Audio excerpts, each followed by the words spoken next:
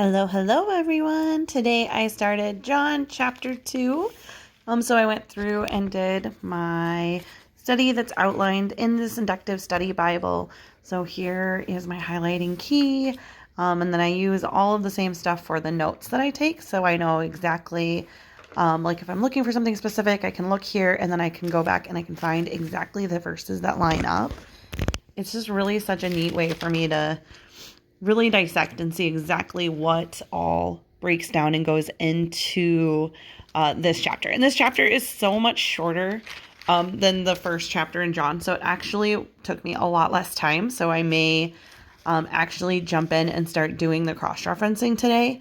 So I'll talk a little bit about that because I get asked this question a lot. And people are like, where do you get all these extra verses that I use when I'm doing my daily devotional? Because I do use this Bible because I love how it breaks down verse by verse, and it has all of these different verses that relate to it or pertain to it. And so I love using these to get a broader picture of what this scripture is saying. So chapter 2 opens the third day. There's a wedding in Cana of Galilee. So the third day, this is assumed to be after in chapter 1, John declares that Jesus is the Lamb that will take away the sin of the world. So it's about 45 days after his baptism, and it's really the beginning of his ministry. In fact, it is the beginning of his signs where he turns the water into wine.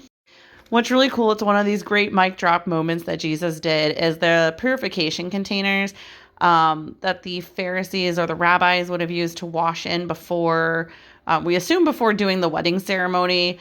But in rabbinical law, they had all these additional rules that they added to the Torah that they said people needed to uphold in order to be upholding the law. But in doing that, they actually threw out some of the other laws. So Jesus was really coming at their man-made version of the laws and just, mic dropping like, oh, can't put anything in here, huh? I'll just turn it into wine. I didn't put it in there. It just appeared.